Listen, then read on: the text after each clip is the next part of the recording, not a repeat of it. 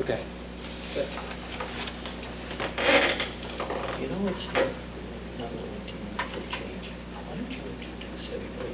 Okay, good. I don't think Okay. half the town knows who's on And this the ones committee. that are out here. I think, first of all, I'd like to thank everybody for coming, those who were able to make it. This is again a meeting of the Facilities Use Master Plan Committee, otherwise known as F.U.M.P. Someone suggested we probably could have come up with a better name, but at least I think most people are familiar with us and what we've been attempting to do over the last 2.5 years, coming up with a master plan for the facilities, uses, and needs for the town of North Reading, looking forward for the next 25 to 40 years.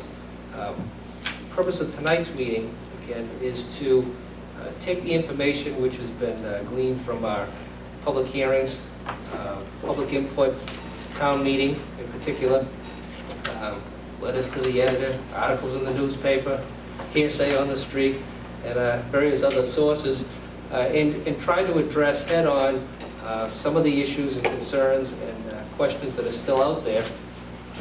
Take it head-on and see if we can answer people's questions out as directly as we most possibly can. Okay, we've been attempting to do that over the last few months. I would just like to start off by saying that this committee, again, has been comprised of over 30 people over the last 2 years. Currently, membership, again, is members of the Board of Selectmen, Planning Commission, School Committee, School Building Committee, Police Station Building Committee, Community Planning Commission, Finance Committee, Historic District Commission. In addition to that, we have our administrators, the town administrator, superintendent of schools, and anybody else we could pull upon. We've had the Department of Public Works director involved, we've had the finance director involved, very heavily over the last 2.5 years. And when we started out, we had, again, the fire chief, the police chief, and any other department heads that are going to be directly or indirectly affected by whatever is going to be done going forward. We had our department heads go through looking forward as to what the facilities needs for their particular departments were going to be, weighed that, and came up with a plan. I can honestly say, as one member sitting here, that the plan that's being presented is not the one that I had in mind initially when I first sat in on this thing here, on this particular committee. And I don't know that there's anybody sitting at this table or that ever sat at this table that can say that this is the plan that they thought was going to come forward. But people sitting at this table tonight can unequivocally say that we are unanimous in our proposal in relation to what is being proposed, that this is the most cost-effective way of addressing the future needs, facilities needs for the town of North Reading for the next 25 to 40 years. And that's what our charge has been. Our charge was to come forward with a plan to present to town meeting, which happily, I can say, the town meeting overwhelmingly endorsed by some 75%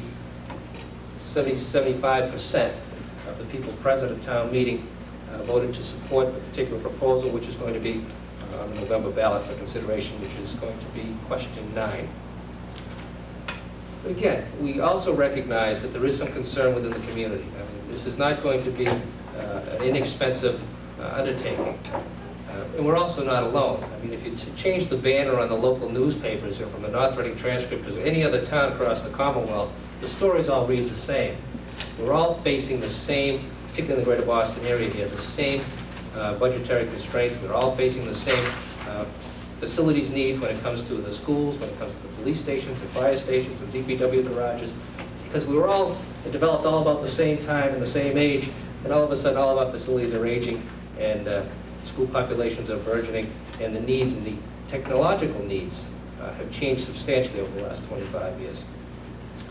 So again, having said that, I'd just like to introduce the people who are around the table here. Now we have the town administrator, Tom Younger, Steve Jervy, on the school committee, Jonathan DeSimone, school building committee, Howard Solomon, Historic District Commission, Tricia Colella from the school committee, Ed Barletta, chairman of the police station building committee, Marcy Bailey from the school building committee, superintendent Dr. Troughton, Steve Burton, and Mark Sturdivant from the finance committee. Again, not present are other members of the finance committee, planning commission, and a couple of other people who were unable to make it. Joe Vino, who's also a member of the Board of Selectmen, Shep Spear, from the CPC, Brad Jones Sr. This evening, we also hope to have Representative Brad Jones come in to address us once again as far as his understanding in relation to the reimbursement level, what will be available to us based upon his conversation with state officials. If he comes, we'll be more than happy to hear his position once again. And at this point, I'd just like to start out with some just basic comments that we've heard from the community in relation to the particular proposal. And I think what we want to take, first of all, is just in relation to the police station, Mr. Fowler. And what's being proposed, of course, is a new police station behind the town hall facility, behind the Murphy Center on North Street. So we're going to be taking the facility out of the public safety building, which is down in the center of town on Park Street, and moving it to a brand new facility at the cost of approximately $5 million out behind the existing town hall. Again, the biggest question that I've heard, and I don't know what anybody else has heard, is, why are we moving it? Why isn't it going to the bachelor school? How come the plan that we have here? And if you just want to address it, basically. And, well, we've looked, the committee, I've been on the police building committee for 4 years. In '96, we tried to get a new police station building then, and it failed. And a lot of the talk was, why not keep it in the center of town? And a lot of smoke screens were thrown up then about keeping it in the center of town. I got on this committee 2.5 years ago with the rest of you, and I think you all agree. After 2.5 years of study, we all agreed that the new station is needed, and it should be right behind town hall, right here, where there is free land. When you look into the cost of land to put a new police station anywhere else in town, it's between $800,000 and $1 million. I felt, and my whole committee did, that it was not worth $1 million to spend another $1 million in taxpayers' money when we had the land for free. Now, the current building will no way pass any state accreditation. Anyone who has been in there knows that the building is in deplorable condition. In actuality, it's uninhabitable to most of the people that work there. There was a very good article, I have it right here in the Lawrence Eagle on September 8th. It shows pictures and gives a very good description of the problems that our current police station has. We have problems with the cells, we have problems with the wiring, we have problems with the parking for people to come into the police station. All of those will be taken care of with a new station with plenty of room for parking. The current station is built on land that is being protected by a dike. The Corps of Engineers built this dike this past summer and spring. We don't know for sure if the dike will hold, but right now it's doing a pretty good job. This winter it'll prove its worth. But water also can seep under that dike. There is actually a pump behind that dike, under the ground of the police station area, that is now paved, that will pump water that seeps under back towards the river. Now, one of the problems we have with an addition is we have never asked an architect or a soil expert to go behind there and test that soil to see if it would hold the weight of an addition. One of the reasons was cost. It was going to cost between $25,000 and $50,000 for this information. And we thought it would be better spent to wait and see if we could get the new station, which is badly needed, before we started wasting money to find out if we could or could not build an addition there. The building itself is, like I said earlier, has many needs. The septic system's a disgrace. It's handling both the library and the police station, which most people don't realize that the library is part of it. We desperately need a new police station right here because we are a growing police force. We have now 25 to 30 members. But we have women. We have 3 to 5 new women that are matrons or officers. The women have one small shower that they share.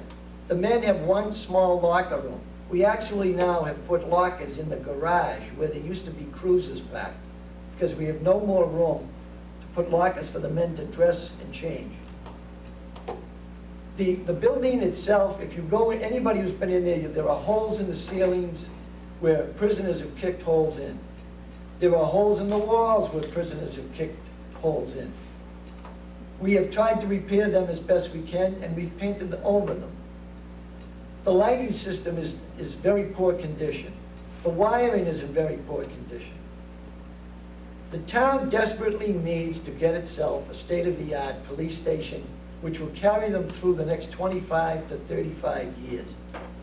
I hate to use the word liability, but we have a severe liability there.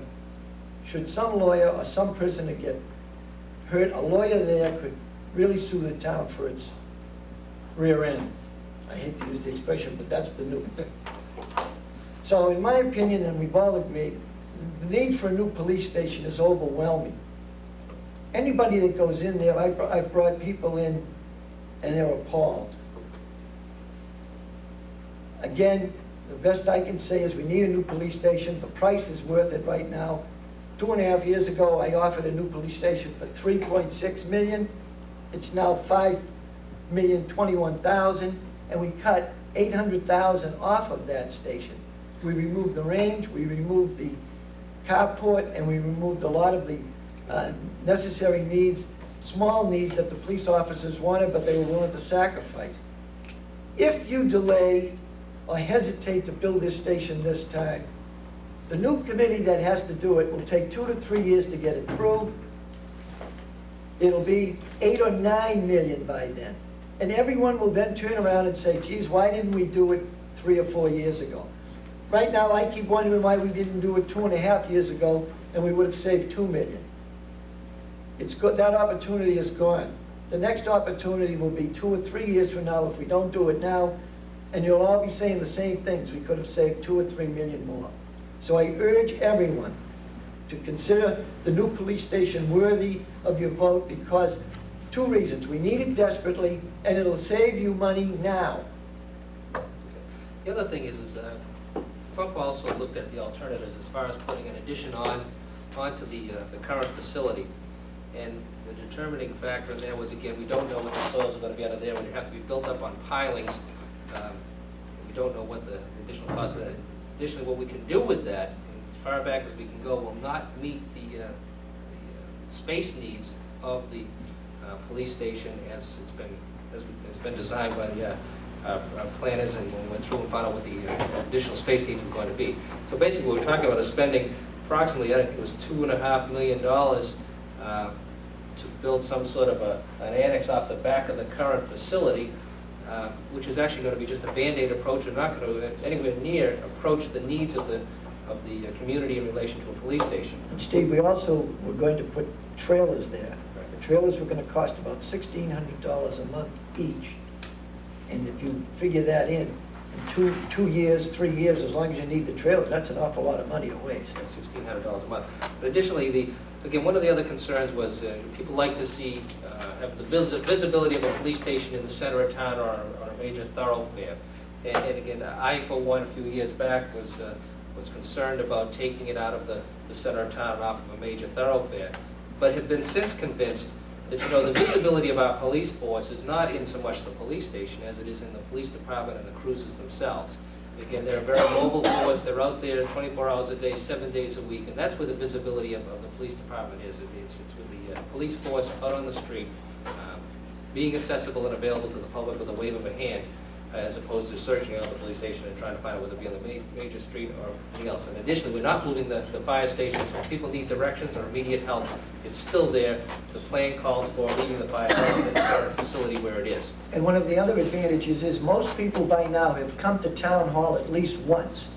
Therefore, the police station being behind town hall, everyone should know where it is if they have to get there.